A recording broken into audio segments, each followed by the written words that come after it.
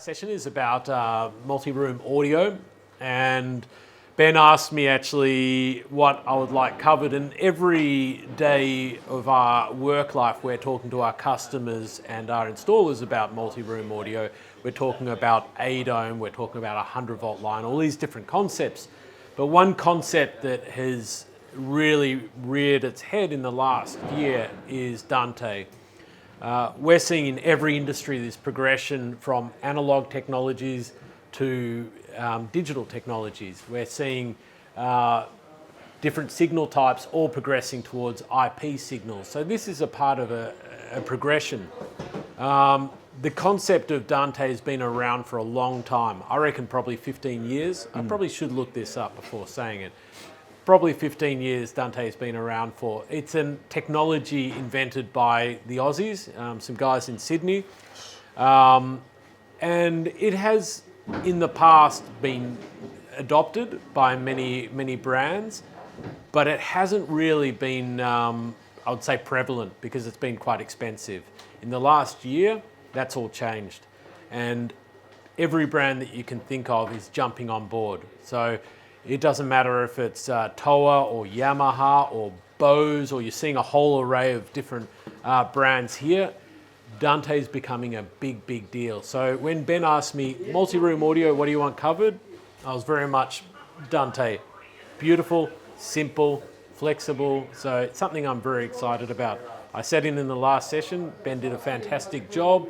By all means, if you've got any questions, speak up. I've got a mic here. So hopefully the viewers on YouTube can hear your questions also. All right. Thanks a lot, guys. Thanks, Mike. I appreciate it. And thank you to you guys for coming down and having a bit of a listen to me. I've got a fair few things to cover. Unfortunately, I've got a bit of a cold, so I don't want to bellow out too loudly as we go. But if you have any questions, it's an intimate little session. So any stage, just poke your hand up and say, that's not right, or does this work that way? And I'll do my best to answer. When I think multi-zone audio, I've been doing it for us for 14 and a bit years now, almost 15. And I wanted to cover three main areas. So obviously, as Mike said, Dante is a huge deal for us and for a lot of installers out there. So that's what I'm going to finish with as the coup de grace, the most impressive thing at the end. Commercial multi-zone audio and domestic I have to touch on a little bit as well, because it's important to see where the overlaps between the two are, and some cases where it's better to use domestic than it is to use commercial, and some vice versa as well. All right, so let's start with domestic. Most of you guys have been selling this for a while, so I'll be fairly brief as I go through it all. I might try and bring a few points to attention though. When I talk domestic multi-zone audio, these are the sort of ones I'm going to be touching on today. Bluetooth everywhere, the Pro 2 Earthquake McClellan type of things, the three sort of streaming audio, wireless bigwigs, bit on the Amazon, Google, Apple AirPlay stuff, as well as the Bowers and Wilkins formation as well. So with Bluetooth, it's the easiest way to do multi-zone audio. Everybody has a speaker wherever they are in the house, they connect their phone up to it, that's multi-zone audio, simple as that. It has some problems and has some great opportunities with it as well. We've got a range of different amplifier modules that run external speakers, so in ceilings, box speakers, little miniature speakers that we've got demonstrated over hi-fi. All of these are Bluetooth connected amps. Connect your phone, tablet straight to it, play audio, simple as that.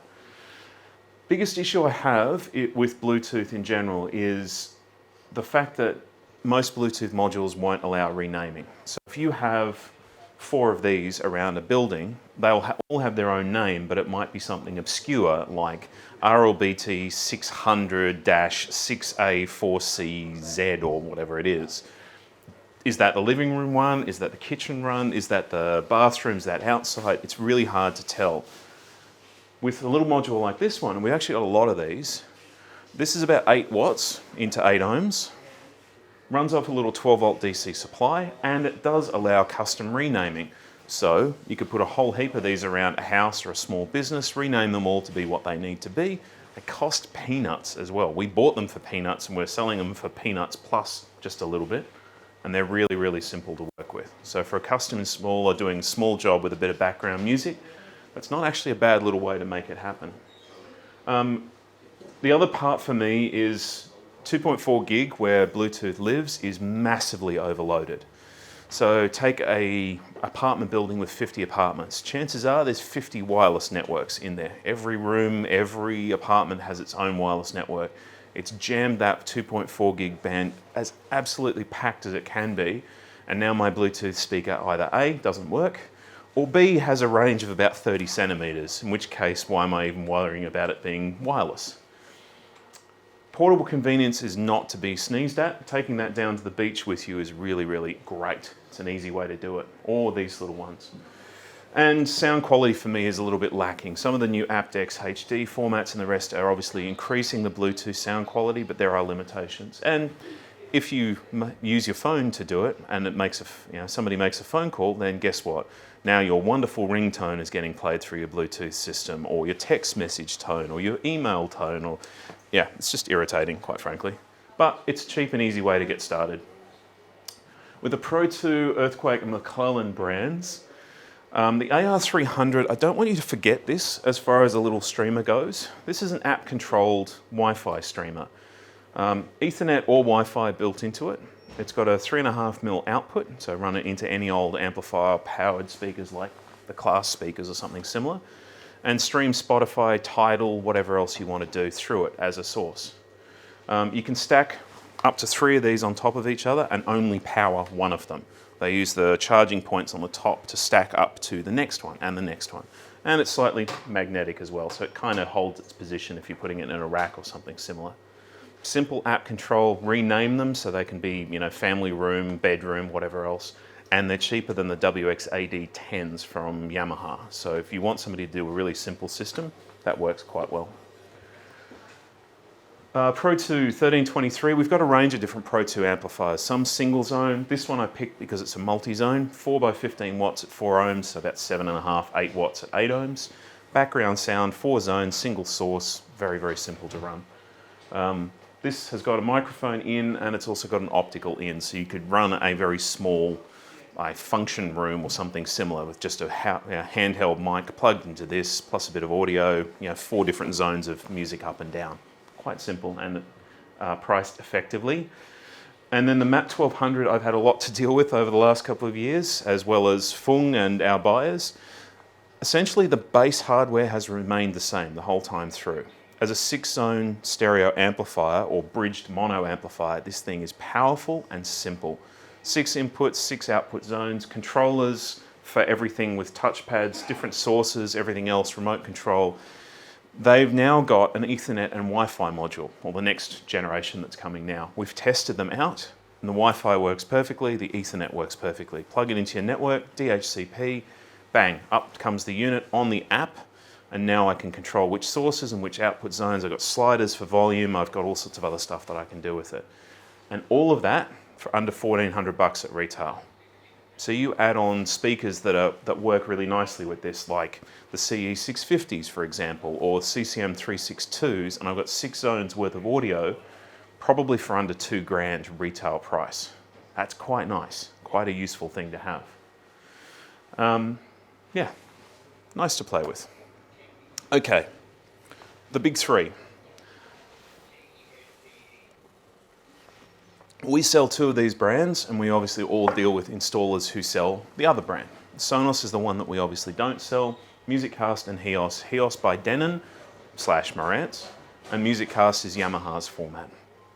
Now, most of you have sold MusicCast, quite a lot of it, because we're one of Yamaha's top sellers. And HEOS we've sold a fair bit of as well over the years. They both have their benefits and drawbacks, things that they're better at or worse at, and they're ones that you need to know and think about when you're talking to customers.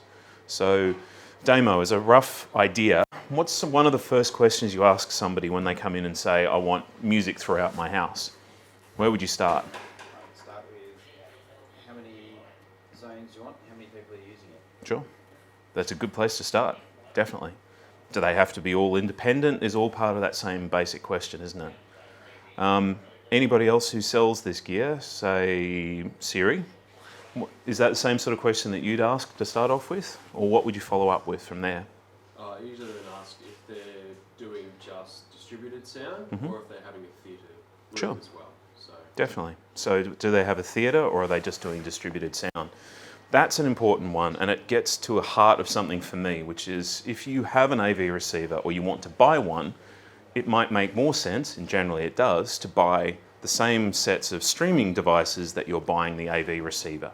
So if you've got a Yamaha AV receiver with MusicCast and you buy HEOS streaming devices, that kind of a bit half of one, half of the other doesn't really work well. If you've got Sonos already through the rest of the house, you're not likely to buy a HEOS streaming speaker to go with it. It's simple stuff, but it's a good place to start from for people. In terms of the big differences for me, Sonos is a massive brand out in the industry. It's got a lot of recognition. Most of the products that are in the range are very capable. They sound good, they sound simple, they work really well, and they connect together to the app. The app has some features that some of the others don't, and is being updated to AirPlay 2 very soon as well, which I'll get to. The biggest problem I have with Sonos is two. One is they have limited numbers of inputs and other devices to it. So if you buy one of their sound bars, essentially you've got an optical in and that's about it.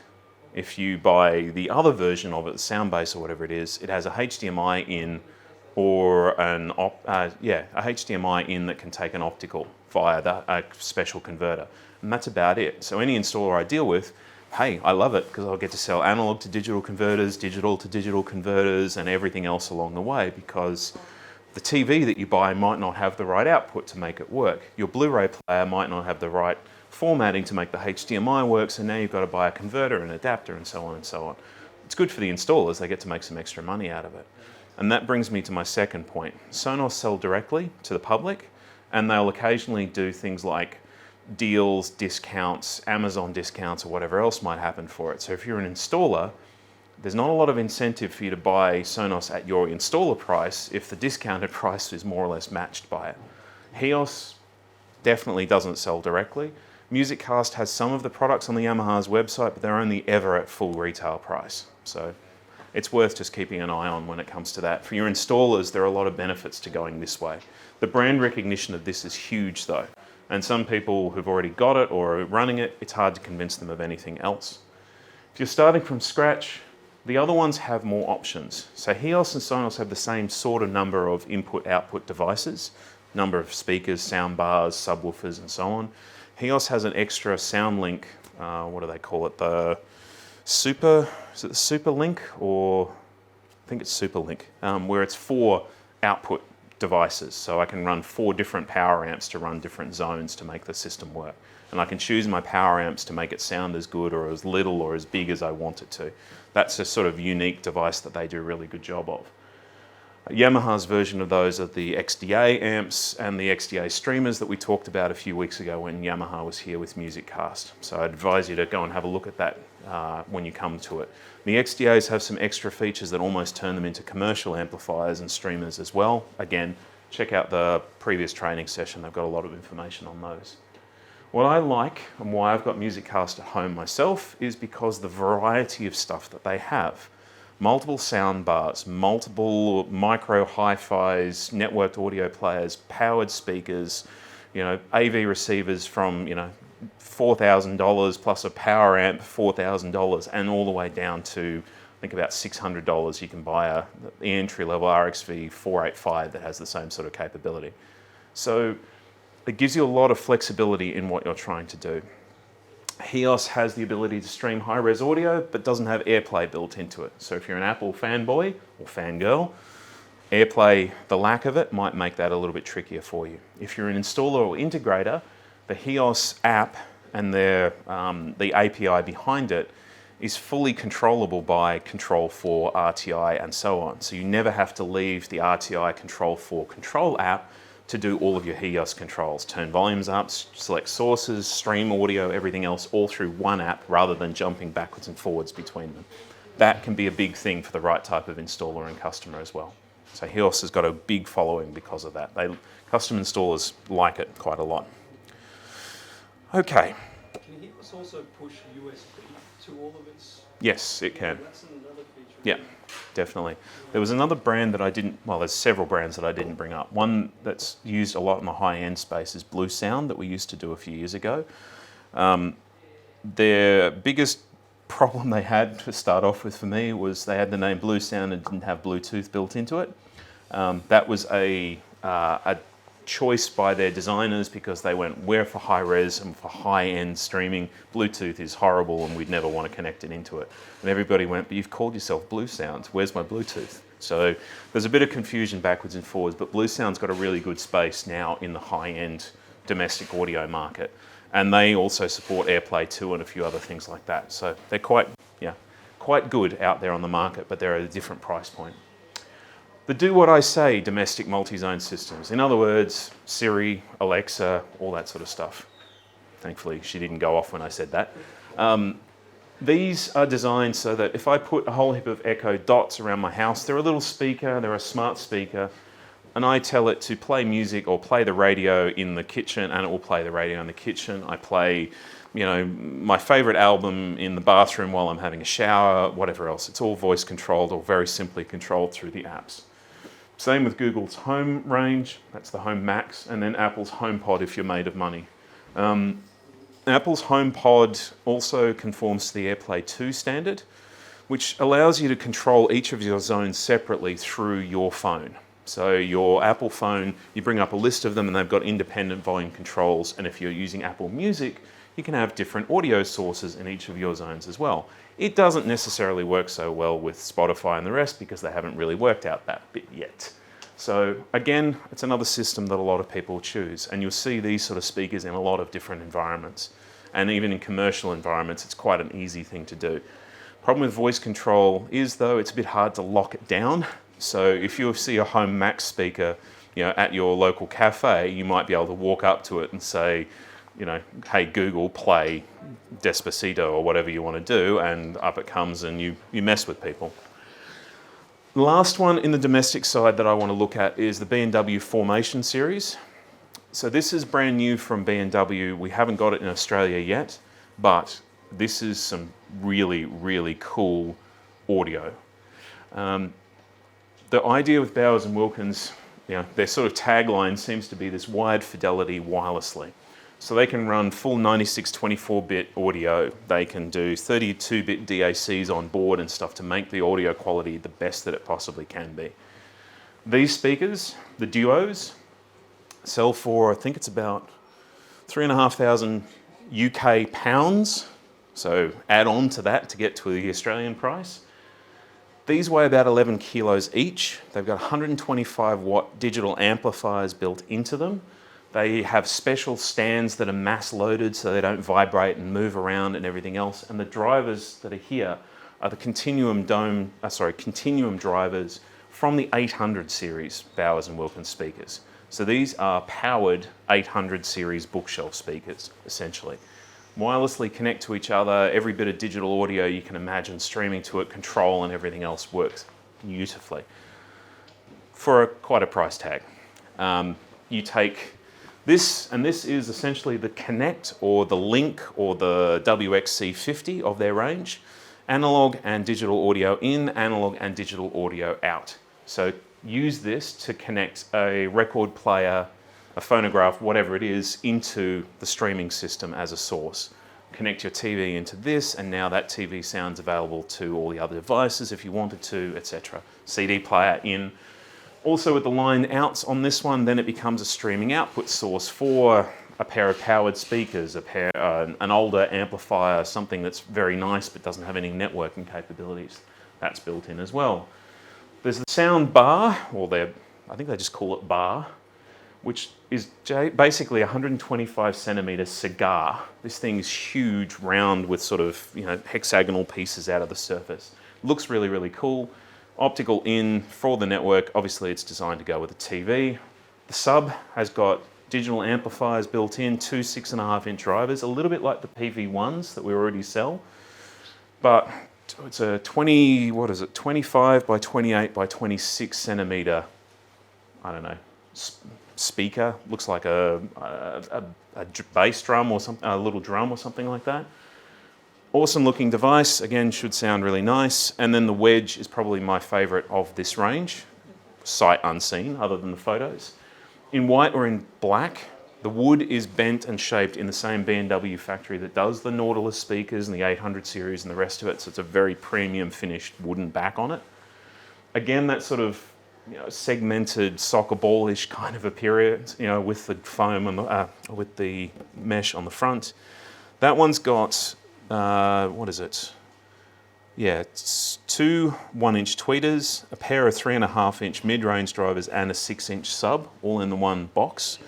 That one sells for about £900 in the UK. So if you extrapolate that out to Australia, that's actually probably going to sell for quite a reasonable price for a high-end streaming audio device.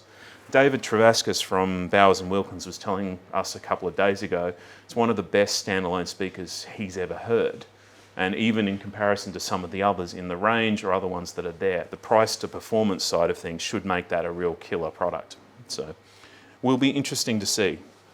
For a high-end retail showroom, you could kind of see something like that working quite well. Sitting on, a stand behind where the Porsches or the Teslas are, or in the high-end dress store, a white one sitting up on a shelf broadcasting sound out. So again, we're sort of sitting across that domestic to commercial one. So, fittingly, let's look at commercial now. So, commercial audio is probably the biggest scope of a system that we've got access to.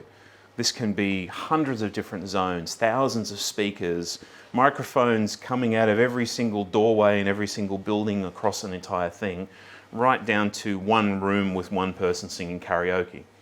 So the idea is I put together this questionnaire sheet that you've got in front of you, and what I hope to do is get your advice on it, get your tweaks and suggestions to adjust it or to play with it, to turn it into something that we can give to customers as a first step towards designing an audio system for them. It'll help you narrow down the system choices, it'll help you hopefully quote it more cheaply or simply, but obviously I'll take your feedback on any of it. If there's stuff that doesn't make sense, we'll go from there. But I guess give you a couple of things off it that I think are important. The projected installation date, if you've got a month, 6 months, 5 years in advance, that gives you some better ideas of what you're trying to do and how you need to stabilize the system. The projected budget, I think, is one of the most important things on here, because I don't think any of us, let alone our customers and the end users, have a really good handle on how much something costs to do. A speaker can be anywhere from $15 a speaker to thousands of dollars a speaker. A multi-zone system could be independent, could be all together. Amplifiers could be low impedance, high impedance, long distance cable runs, all this other stuff like that. Every variation makes it very difficult to be able to say, a 4-zone multi-zone system costs $5,000. That's a number I pulled out of the back end of me, quite frankly. But it could be true, it might not be true. This will help you and your customer narrow that down. But if they say, I want to do 4 zones worth of independent audio for $300, that's when we start having problems. And at least you can say back to them, no, this isn't possible the way that you're trying to look at it, or the way that you want to control it and make it happen. So they need to talk to their customers, the clients, whatever else it is, and get some more realistic expectations about budgets or about the type of system that they want to work with. Does that make sense? I'm trying to reduce the amount of, here's a plan, give us a quote, rubbish that happens. Because it often happens at the last minute, or it happens at an odd hour of the day, or it happens because the guy who's sending it to us or the girl who's sending it to us knows nothing about what they're doing and they just want us to do the whole thing for them. But the plan that we're given may not have the details that we need to make it work. Are the number of speakers actually outlined on the plan? Are the sources reasonable? Or is it a cut and paste plan spec from 15 years ago that doesn't make sense anymore? We get these all day, every day. So forms like this one will hopefully mean that you can send it back to your customers and say, hey, happy to have a look at these plans for me, but I'd like you to go through this form and just note down some or all of the details that you have access to for this system. Because if your customers are willing to put in the 20 minutes, half an hour to digest and put some details in here, chances are they're going to be a little bit more reasonable and have a right expectation about the system design that we're going to be capable of and what's going to happen for it. I also hope it will help us do things like quick quotes. You know, when I said before, $5,000 for a 4-zone audio system, well, if you break it down, a 4-zone matrix mixer with independent controls about $1,500. Amplifiers for 4 zones might cost another $2,000, for example, $500 a zone, plus speakers. How many speakers per zone? $100 a speaker. It might be a $5,000 system. If you've got this sort of form here and you know that these are my sources, this is my matrix mixer, I want 4 speakers by 8 speakers plus 16 plus 4, then you can do an almost back of the hand quick quote and see if that matches the budget that they're working within. And if it does, great, we can progress and do a more detailed quote for it. Or if they don't know what the budget's going to be and you say, it's 10 grand, will that work? And they come back and say, no, they want to spend 2. Okay, let's reduce this system, let's work on it from there. You don't waste time doing a $10,000 quote and look at every single detail and every input, every output and everything else that goes into it, and then to find out they only wanted to spend $500. So I hope that these sort of things will help you make that easier. I'm planning to put it up as a Google form on our website and things like that as well, so people can fill it out and send it through. Obviously this form can be customized as much as we want to. We can have people select which email address it goes to or anything else like that. But let me know if there's stuff that makes sense or doesn't make sense on there, or if I've made glaring spelling mistakes or anything else silly. And obviously it's had no design touches other than me with half an hour on Word to make it look reasonable. So I'll be asking our advertising guys to help me out a bit on that. Does that make sense? Is that okay? All right. I want to run through a few examples of commercial audio systems and one domestic one as well. This is a small office setup. So we have a low impedance amplifier, a 4-channel amp, and I'm running out to 4 pairs of speakers. I've got a controller, a local input here in my entranceway, so maybe I can plug in a paging mic to talk to everything else through the network. I've got a meeting room down the bottom again with a microphone in plus a line in for a laptop or something like that. I've got speakers in the room, I've got controllers tucked around, I've got a couple of central microphones on the unit itself, a couple of streaming audio players, and I've got control over it via smartphones and tablets. So for a small office, there's an ideal sort of system. And obviously it can be customized. Longer cable runs, run a 100-volt line, change the speakers. Outside zone wants more power, then you can change the power amp to match that. But as a rough idea, it's based on the same ideas that you've got in front of you there. This is a domestic system on steroids. That's an M2 digital matrix mixer. That thing does digital signal processing for every single one of its outputs, and this one's actually got power modules built into it. So amplifier, controller, processing, everything else built into one unit, and then running out to 8 rooms around the house. Some with local, well, actually all of them with local controls of different styles and different standards. Some with secondary controls off it. So you might have this one near the door, or maybe on a desk or something like that, so you can plug your laptop in to have local sound. And another one in the ensuite, so you can turn up and down the sound while you're listening, while you're having a shower. Again, with app controls, streaming and everything else. These are from Audac, so they're good quality gear and will work quite well. But that's a $5,500 processor plus amplifier module in there. So it's not the entry-level system, but it works quite well. This is our big office on the larger scale. So I have digital matrix, 2 sets of digital matrix plus a central controller with amplifier modules built in. I have paging microphones in the warehouse, main building offices with streamers, amplifiers, controllers, and I have a meeting room up the top. The things I want to bring to your attention are, imagine that's here. This is radio parts. I have paging microphones on every level around the warehouse. I have speakers on every level around the warehouse. I have a paging microphone in the office, maybe one for dispatch down here. If Brad needs to talk to Rita or Carlene, he can page down from there rather than calling, he can just page straight through. Or if they need to find out where he is in the warehouse, they can page the entire warehouse to talk to him, and that'll come over the top of the music or whatever else is happening from there. With our main office, obviously we've got a paging mic there so we can talk out and around, but we've got streaming audio and different sources selectable in every zone, so every office can have its own music if they want to. In our meeting room or boardroom upstairs, I've got lighting control through a relay that's controlled by the matrix mixer. So I can turn the lights on via the app that's in my pocket. I can open the blinds, I can drop the projector screen, I can open the sliding wall, I can separate into 2 different zones, have separately local mics and all that other stuff. So this is a pretty full-on office system, but it's definitely possible. Okay, Yamaha. This is a Yamaha 2-zone retail showroom.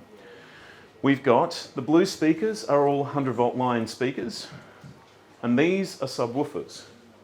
Now the way that they've run this one is all our sources are running into the MA2120, which is a 2-zone system. All my inputs are here. My 100-volt line are running off that first amplifier.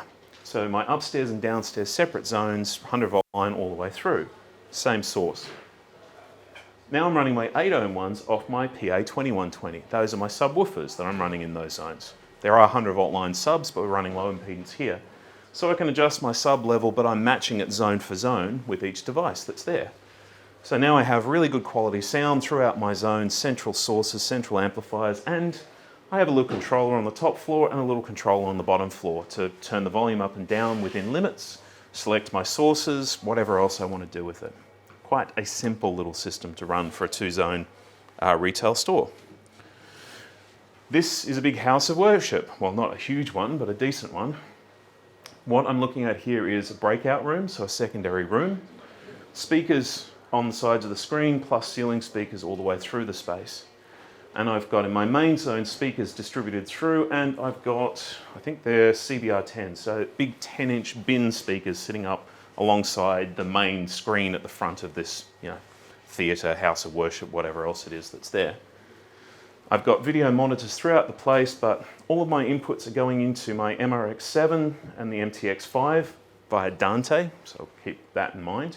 My amplifiers are non-Dante, but they're 8-ohm and 100-volt line assignable, so 100-volt line for my ceiling speakers, 8 ohms for my front speakers, all through the amplifier, all controlled through the MRX7 and the MTX via the wall plates. Again, very, very simple system to control when it's done for it. So now imagine we have, on this control for the main zone, I have Sunday is my button. I press the Sunday button, my lectern mic goes, so it's ready to go for somebody to speak at it. Or my wireless microphone isn't active because I don't care about that one. I might have a CD player ready to go, so all I have to do is press play and the audio comes through from that. And I've tweaked the speaker settings so that for speech it sounds particularly audible and clear throughout the whole space. That's with one button press. If I want to select my sources, I could press different buttons, or I could use one of the dials. I've programmed that separately to select between my different sources as well. Very, very simple system. So, Yamaha's version of it. This one I've put in because this is quite an interesting design. This is a meeting room, column speakers on the sides of the screen. I've got microphones in this room with my TV conferencing system. I've got another MRX7. That's quite an expensive processor and matrix mixer to go into a single boardroom, but it has 2 very, very cool features. Running the power amp, we've got 100-volt line speakers offset and cross-set on the outside here, and I've got these on the inside running low impedance. These are running through what they call speech privacy function. And so whatever's going on inside that zone is nulled outside that zone. So I can be walking right here next to where the speakers are inside, and I can't hear a word of what they're saying. So for privacy and things like that, councils, product launch that needs to be kept secret, or a lawyer's meeting or something similar, that's a really cool system. It's also got acoustic echo cancellation and feedback suppression and all that sort of stuff built into the processor. So the microphones, if they pick up the speakers, will notch it out so they don't have to worry about that sort of stuff happening. Dan Doug and auto mixers and all sorts of other cool stuff in there. So it's an interesting way of using the MRX7. And this I want to show you because it's a basic church system. A couple of sets of column speakers, box speakers, spread out around the church itself. MTX3 matrix mixer, 4-zone amplifier running low impedance and a 100-volt line, and a 4-zone controller to do those same features that we were talking about before. So when the parishioners need to, they're making an announcement or they're using the space for a funeral, they want it to sound different than they do when they've got a live, a small band playing there on a Sunday performance or something else like that. So all of that, again, is controllable via the basic controls there. Okay, so commercial audio in a church. This is Tower's version of a massive church. Flying line arrays either side of the main pulpit area. You've got another array sitting down the centre to beam right down the centre of this space. So you're getting nice distributed audio throughout the whole thing at a constant level. You've got monitor speakers sitting up here so that the people who are speaking can hear themselves or the singers can hear themselves. You've got, what are these? These are subwoofers sitting in the front, and you've got little arrays of the F2000 speakers distributed throughout the space as well, keeping that sound field nice and level. These are offset from here. There's a distance, so there's delay built into the system so that they all get the sound at the same time. In terms of the other really cool things on this is one I want to point you out to. AM1B is a lectern mic like you haven't seen. It's a bar that sits on the lectern itself. So none of those little pokey microphones that if you stand away from, or they're omnidirectional so they pick up everything else that's going on. An array microphone, the priest, imam, whatever it is, can just speak in any direction they need to, and the array microphone will pick them up. There's none of this clip the microphone on, is the battery running, or anything else. It's just, you stand there and it will hear you. It'll set the levels, it'll gain it, it'll do everything else through the mixer to make sure that they sound clear all the time. Very, very cool product, that one. And yes, heaps of other inputs, digital stereo mixer, controllable via app, speaker processors, power amps, and speakers. In essence, it's a pretty basic system. It's just got some cool technology behind it to make it work. All right. So that's my look at commercial. Now we take on Dante. So as Mike said earlier, Dante is a networked audio format, and it's probably the coolest bit of technology that's come out of the commercial audio space in quite some time. Developed by Australians, they essentially asked the question, why can't we do audio via a data network? And so they worked out how to do it and produced it. In essence, Dante is very simple. Any analog audio feed now becomes a digital audio feed via a network. That's it. Nothing more complicated than that. That's it, you can go home. Simple, right? It actually is about that simple. I can take this analog audio, plug it into a little box like this one, plug in a data cable out from this one to my network, and now I can pull in that audio signal anywhere else on the network that I want. Over a fiber link, wireless link, hardwired link, doesn't matter, that will still work. So, microphone or CD player in the office, sound throughout the warehouse. And the only linking cable between the two is data. This can run on a data network that's already full of other stuff.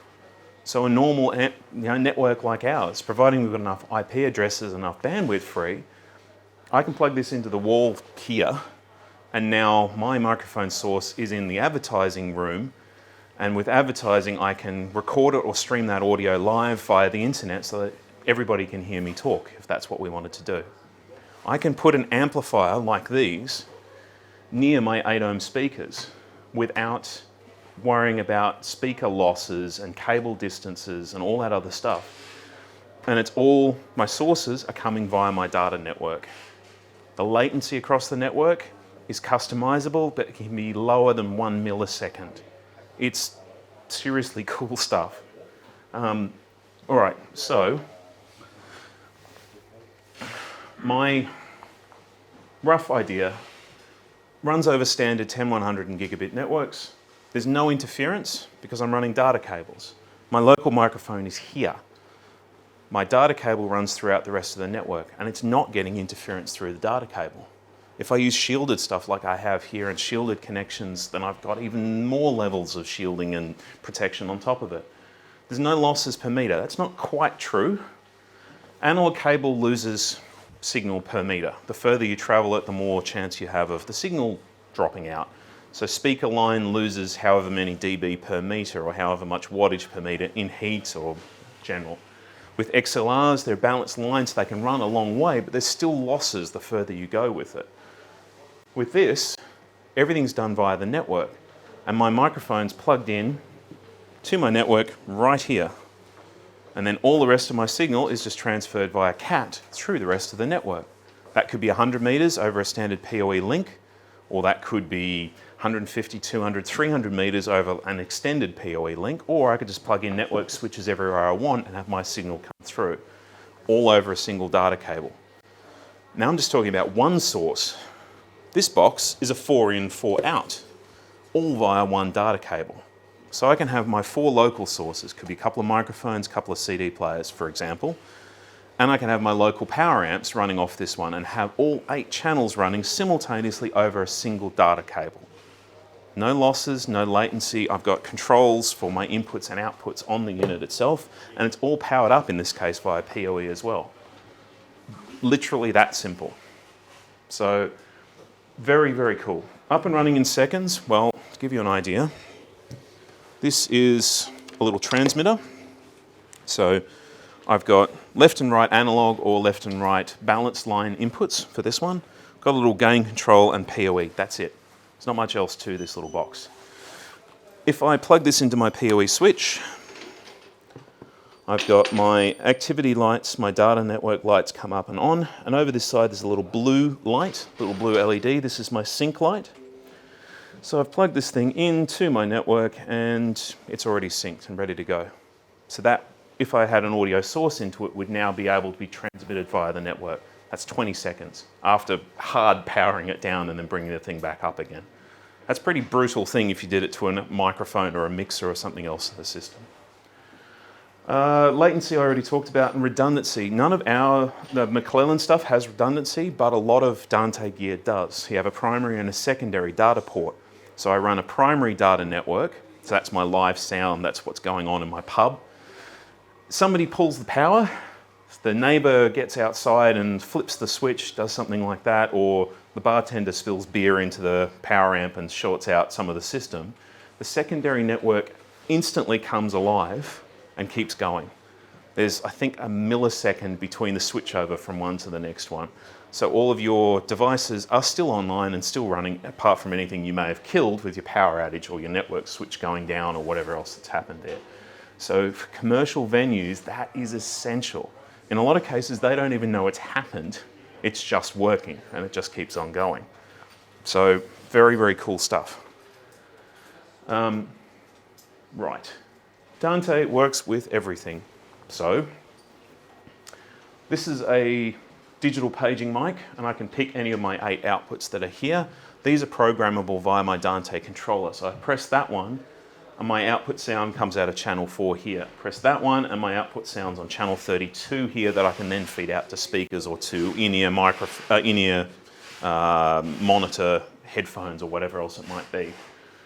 My audio streamer that's here can talk to a mixing desk, it can talk to a matrix mixer, it can talk directly to the speakers.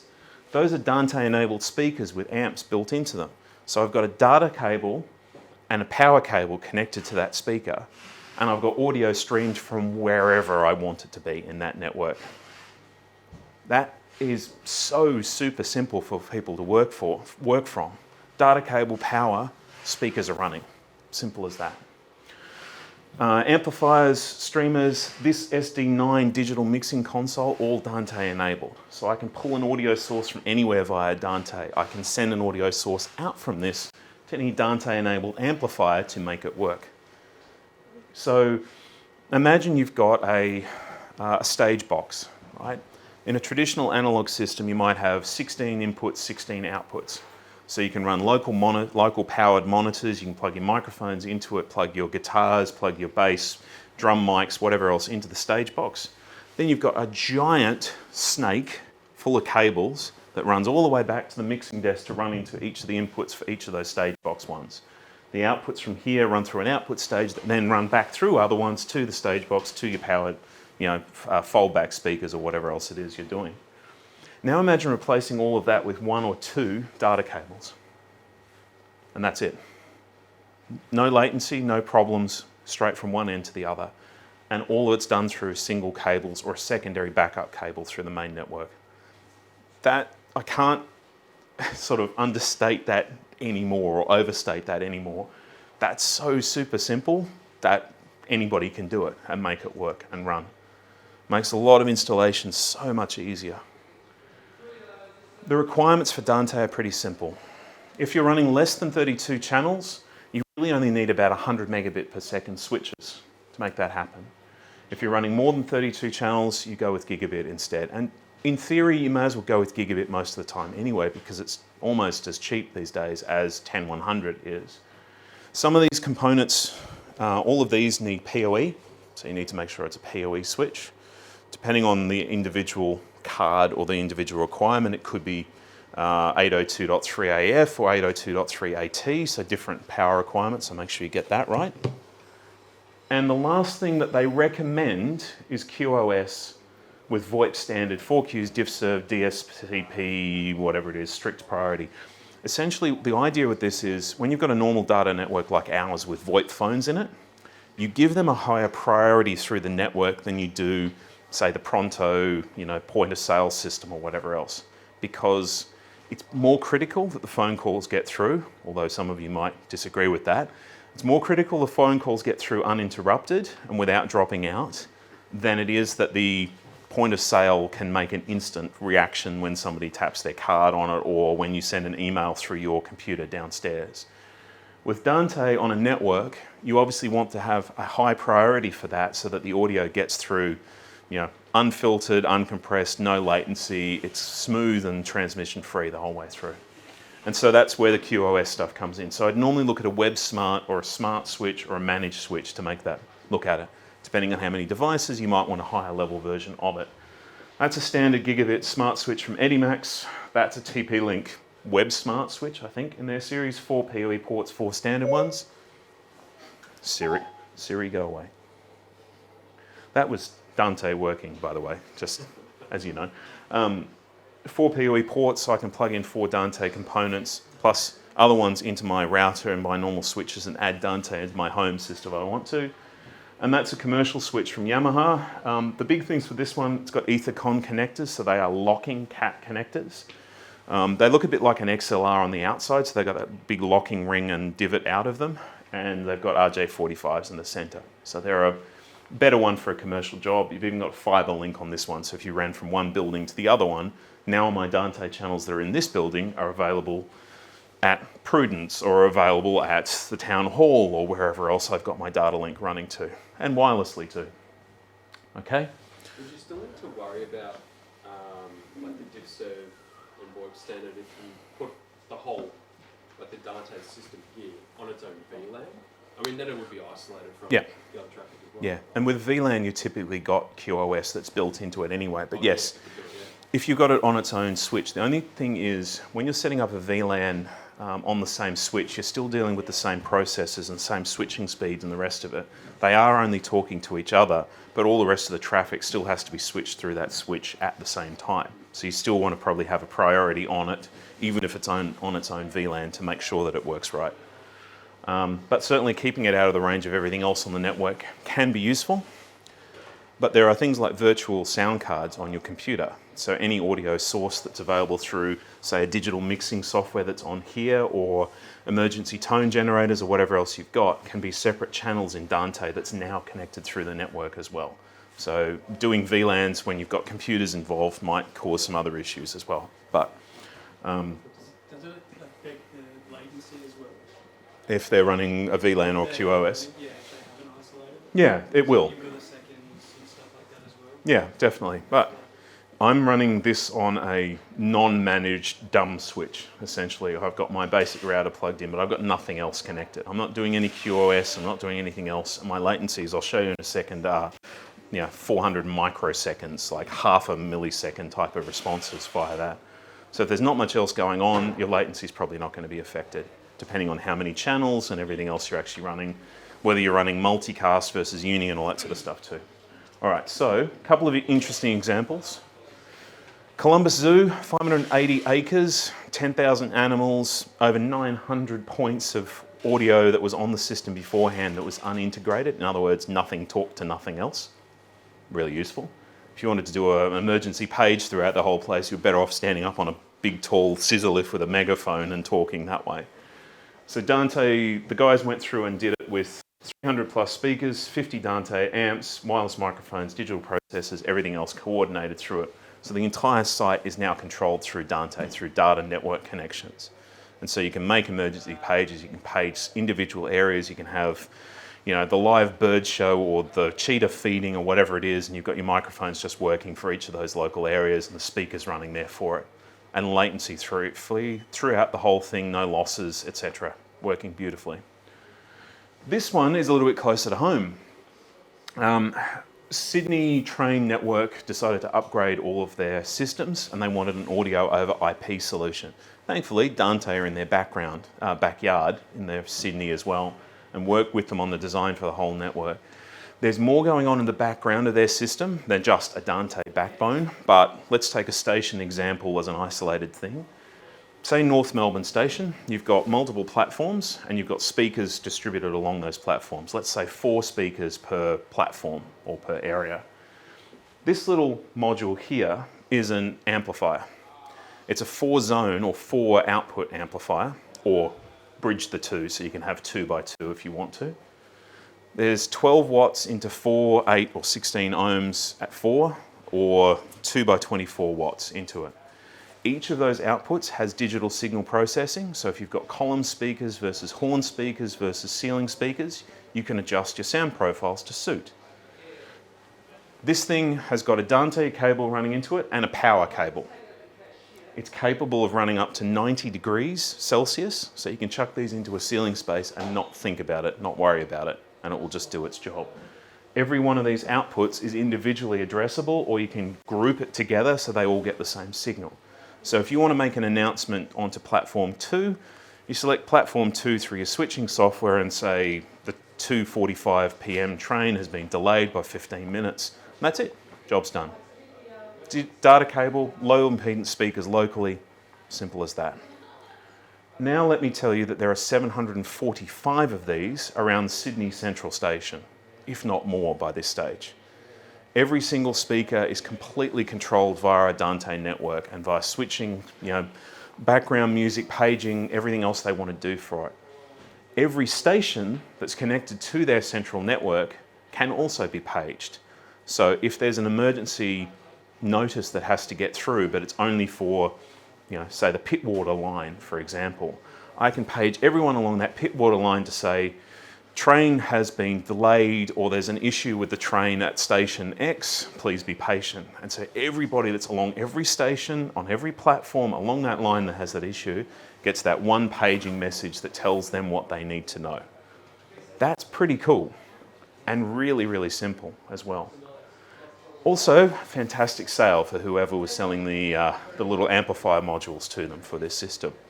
So it's a very, very cool application for a very, very cool technology. All right, last couple of slides I want to show you before I actually go into some of the Dante software to show you how it controls and how it works. This is a house of worship using analog systems. Remember before I was talking about stage boxes? So I've got a whole heap of analog ins and analog outs, and I've got bucket loads of cables running between the two. I've got my radio microphone receivers running into my mixer. I've got analog outs from my PC. I've got analog outs and ins from recorders and processors and amplifiers, and basically all these blue cables. There's hundreds of thousands of meters worth of cable in this venue for it all. And one issue with a single cable here, and I'm going to drop a whole channel where the speakers, or I've got these amplifiers that are running out to these are passive speakers, so they're 8 ohm low impedance speakers. That cable between there and there, that amplifier could be over in that corner and the speaker's 20 meters up and above. I'm using hose pipe thick, speaker cable to be able to get the signal there to make sure that works properly. That, not necessarily all that effective. It says 89 analog connections in the previous one. Go to Dante and they're down to 33. And all of these are data cable, Cat5 or Cat6.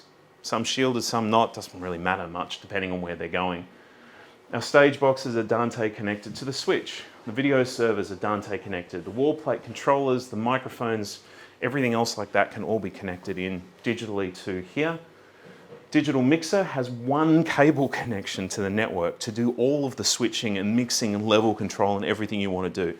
One data cable connection. Running that out to my DSPs and out to my amplifiers, and now I can put these amps next to or near those speakers, or I can use Dante equipped speakers and deal with it that way instead. So I've reduced the entire footprint by a third in this case, or by 2/3. Who's making Dante equipped speakers? Yamaha, there's heaps of other ones that are doing.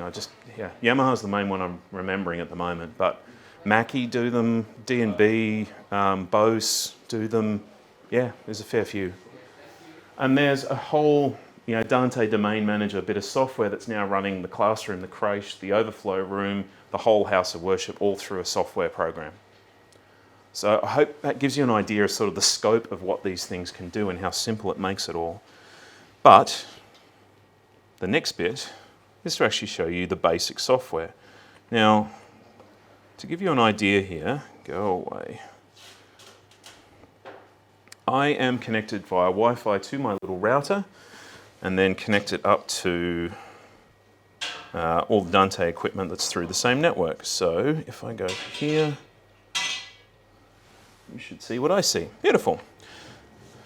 Oh, sod off.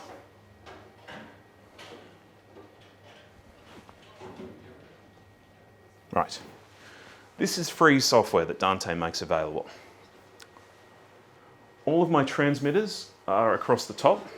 All of my channels for my transmitters are across the top. And all of my receiving channels are across the bottom here. Okay, so this little one at the top here is this unit. It's a 2-in, 2-out Dante equipped box, essentially. Transmitter and receiver, both. It's only connected up via PoE and an analog cable running into my phone. That's it. My two inputs are left iPhone and right iPhone, and I've obviously custom labeled those. That could be CD left, CD right. Could be microphone 1, microphone 2. Could be paging mic, wireless mic, whatever you want to do. Custom labels are easy to do. Now, I want to put those onto this little unit. This little unit is a receiver. It's got analog RCA outs, it's got a level control and PoE. That's it. That's all it does. But I want my left and right in to go to the left and right on that one. So I go to here, I choose this, I choose this. Right, that's it, done. So now I have analog audio running into little basic mixer. This is the new Amp D25 MC, so a little commercial mixer, and you can see the signal lights lit up to say there's actually something coming into it. If I press play now, music coming out of the speaker. Speaker's just 8-ohm speaker running into the out of this. I've got local control if I want to.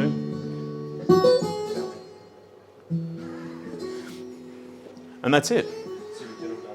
So that sounds, I could be faking this. Could just be running RCA straight into the back of here and out to the speaker. I'm really not.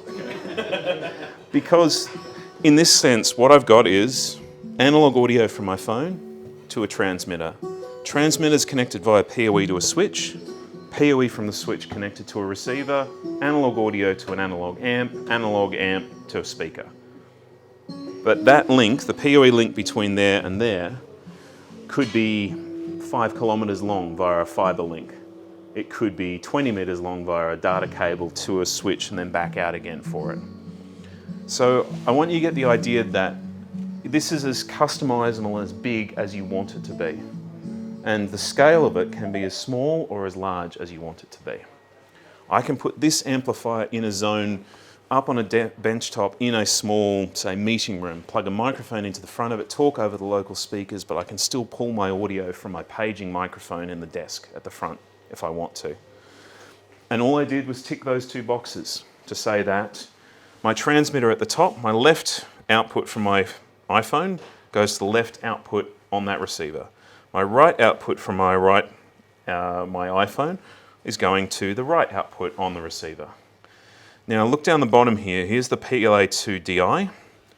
I'm going to do that and that one. I haven't got a speaker connected up to this one, but you'll see the PLA2 come live. And now this has got an audio output that's being fed by my phone if I wanted it to. And the PLA2 is a 100 volt line, or it's low impedance, it's bridgeable, it's 70 volt, it's all sorts of other stuff like that. It's triggered live until I send it a signal. So I've got these spread throughout our warehouse. I've got box speakers near them so that people can listen to music. This amplifier is dead overnight. Nothing's happening to it. Data cable to the network. Network's doing not much while there's nothing happening. I come in the morning, I press play on my MusicCast receiver, on my app, and now the music's streamed here and out to my speakers locally. I can adjust the volume up and down to a maximum level that my amplifier is set. And I can use 100 volt or low impedance, no problem with this little amplifier to make it work. That's as simple as it gets. I can scatter these anywhere I want around a data network and it just works. Okay? I know that sounds too good to be true, but that's essentially how Dante is designed to work. In my system here, I've got the little Amphenol output as well.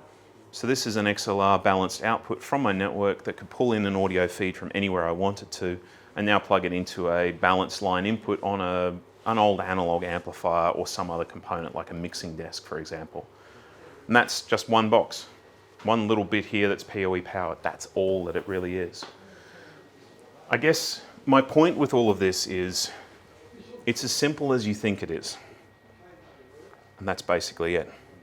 Each of these components has its own sort of extra settings and things you can do with it. You can send it to one, like send a single stream, or you can send a multiple stream. So in this case, I've got this transmitter running a multicast so that I can run multiple outputs simultaneously off the one input module. Obviously uses more network traffic to do it that way. If I ran a unicast, I might just have a single input to a single output switched and controllable. Latency for it, I can filter my transmitters, so if I want to only find my iPhone stuff out of a list of transmitters, I can do it. I can filter my receivers where I only want analog audio outputs rather than my TX RX lines. I can find those really easily, so if I'm trying to control it and tell people what's going on. Can you change the device names? Yeah, absolutely. So I did that for the PLA2 already because out of the DSC02 is that thing, the 100DI. Yeah, it's the module in the back, the little Dante module that's tucked into it has that code or that unique ID number. But if I wanted to, I can go into the device itself. Actually, yeah, so you can see up the top I can choose from my list.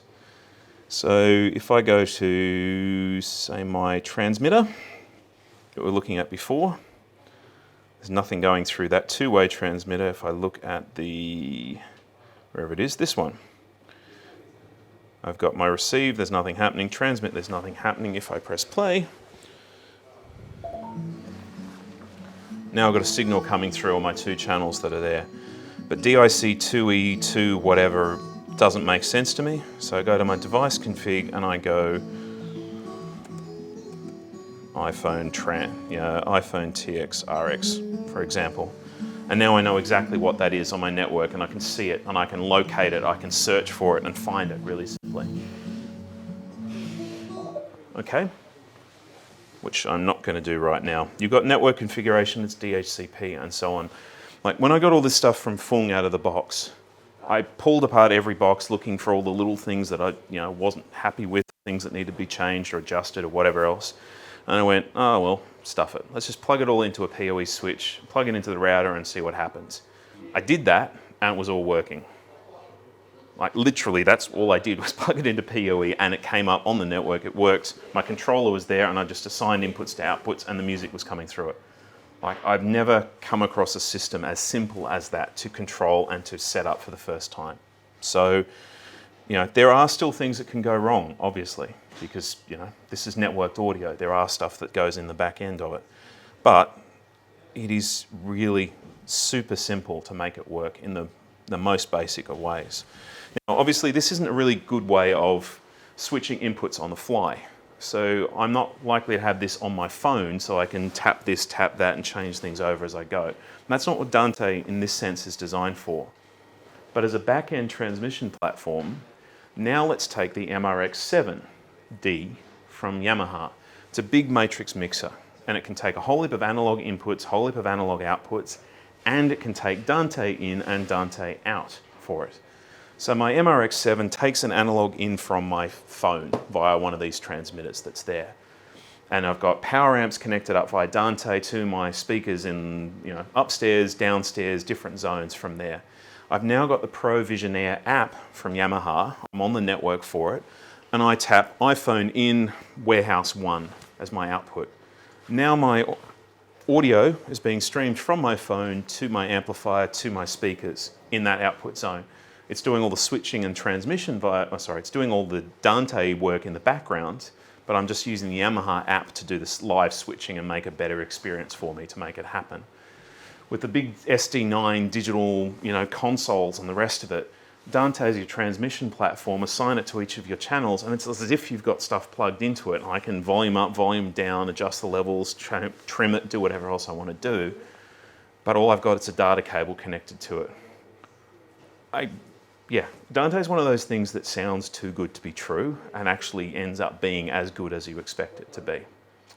So I guess I want to basically finish there, except by saying with Dante, there are a heap of training videos on the Audinate website for it. Most of them are about 5 to 10 minutes long. You probably only need to do about the first 4 or 5 of them to get a pretty basic handle on what Dante is and how it works. But I want you to consider it as something that becomes really ubiquitous and almost universal in components. Now that Dante's dropped their costs on it all, because they're doing video streaming and other stuff through the same system, it makes it very, very affordable to be able to add a Dante source or a Dante amplifier to your existing system and upgrade and change and do whatever else you want to do along the way. All right, so that's the basics of Dante, commercial audio, domestic audio, and everything else along the way. Do you have any questions or specific examples or things that you want to bring up, or anything about Dante that doesn't make sense? If you back on, say, the Sydney Railway Yeah. train scenario thing. Sure. So how does the person at Central Station Yeah. push a button to program just Yeah. that line or that platform, that station? Like obviously if there's 700 things, Yeah. that's a lot of options to choose, and I guess they can have pre-programmed things, but Yeah. like macros and things, but Absolutely. is that something you can... I can give you some of the details for it, but not the whole lot, because some of that is actually, the Sydney one is actually proprietary and protected. So for viewers online and the rest of it, Damien's question was basically, you've got the Sydney example, you've got hundreds and hundreds of amplifiers, hundreds and hundreds of thousands of speakers connected up to it. How does somebody in an office actually talk to everything else that's there and that's on the system? What it really comes down to is the fact that the Dante side of things is just sort of the transmission in the background for it. So if I go to any Dante product or enabled product that's there, so here's our little McClellan ones that work this way. If I now go back and I go to my category and I go to audio routing matrix switches, go out of this, do any, and go to here. So these are some of the audio matrix switches that are capable of this. So now let's take something like, what have we got here? So this is an audio matrix, a complete system for it. This has got modules that are built in for as many outputs and inputs as you can possibly fit cards into it. Now this thing is looking after each station, each individual platform as a standard thing, and adding the controllers for this one to the digital network that's then running a bit of software over the top of it. That's the actual interface that the person sitting with their paging console, their microphone's actually talking to. So in a local station, what you might do is have your paging microphone here, and you might have 4 buttons on it for the 4 platforms. And you press platform 1, or 5 buttons, an all call and the other 4 that are there. Press 1 and it goes to the amplifier for station 1, 2 for 2, platform 1, 2, 3, 4. If a central page comes through and it's emergency page, it takes activation over that one via the network.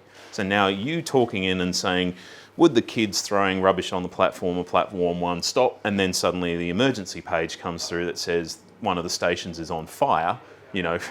run away now. That comes through over the top of it because of the Dante prioritizing and the switching that's happening in the background. So they're running extra software, extra hardware that then sort of builds the whole system into one go. So my standard examples often involve CCTV stuff. And if you think about a CCTV network for the city of Melbourne, you have 1,000 cameras, let's say, distributed all around the streets, running into a central backbone, into a central software that then allows you to pick and choose what's going on based on motion or sensing or whatever else, or manual selection via the computer. I want to dial up Burke Street and Elizabeth Street intersection, bang, there it is, and off I go. With them, they'll go, oh, there's an emergency at Central Station, platform 3. I need to page the emergency services, right? They're at platform 6 at Pittwater, right? I'm going to do that, and I just put the system in, then I talk through it and talk to them the way that it needs to be. So there's more on the back of making Dante controllable and making it easy for people to use, rather than using, say, this, because this is obviously not going to be an easy way for somebody to do it that way. So take the Yamaha example with the MRX7, for example. You've got however many inputs that's got, 37 or something like that, plus your Dante ones that are in there. The app for Provisionaire will give you controls over the top of what's happening, and you won't know that it's Dante or whether it's connected to the back of it. It'll just be, for you, I'm going to turn up the background sound in the bar, or the band is playing and the microphone's too loud, I need to drop that down. Whether it's Dante, whether it's analog or anything else happening for it, it's all just done in the background of the software platform that sits on top. So, it's pretty remarkable and quite easy. So, Nick? Yeah, I'm just assuming here that all that stuff with that Sydney railway is all connected to a server in some way. Multiple servers in multiple places, I would assume. Different switches, different priority systems, different fiber backbones, some linking via the internet, some might be microwave links, could be anything connected up for it all from there. Again, don't know all what's going on in the background of that one, but there's a lot happening to make that system as sort of foolproof as it needs to be. I guess the big thing that Dante does for them is having an entirely centralized system, localized system, everything else all in one go, and every amplifier module is a standalone thing.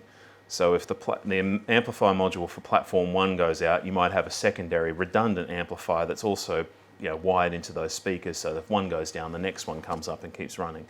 Battery backups, local, your local sources might be on the secondary Dante network, so if the power goes down to this station, brings it over to the secondary one where the UPS is active, and then you can talk to everybody else that's going on. But there's a lot of sort of customizability you can make into these systems to make them truly universal.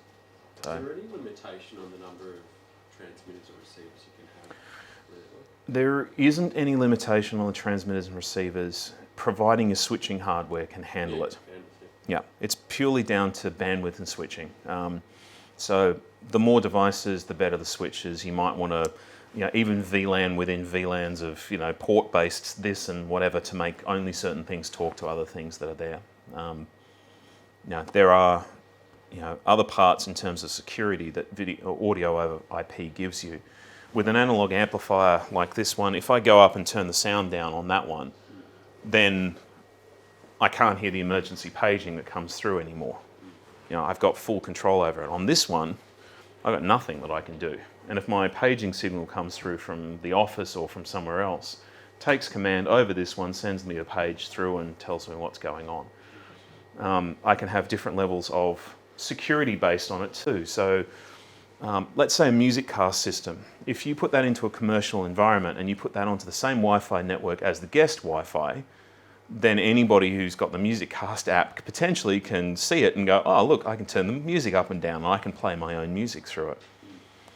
If you isolate that to its own SSID and put a password on it, then only certain tablets and devices can connect and control to it. The same sort of thing is true from here, but this could be over links from building to building, from site to site, some sources on one, some on another. The front desk staff member who makes a page over the announcement doesn't need to be able to switch things on and off. They just need to be able to press a button and make it happen. So, yeah, it's quite impressive. Does it give you like an admin control over the guess? In that app, there is nothing that I know of for it. But what it can do is you can lock down individual devices with passwords. Oh, okay. So if I connect back across to, oh, there, just of course it appears when I do that. So I connect back into my network, and look, there are all my receivers and transmitters. So you can do it. So what, Yamaha's wide with the Yep. board and X-Way as well. So there's, So- there's no login at all for the Dante controller software. It just Yeah, opens up and then you can see all the... yeah. But if I lock down my devices with PIN numbers for everything, for example, then this will prevent changes to device configuration. Subscripts can change. In other words, you can't stop who connects to it or whatever else from there, and so on and so on and so on.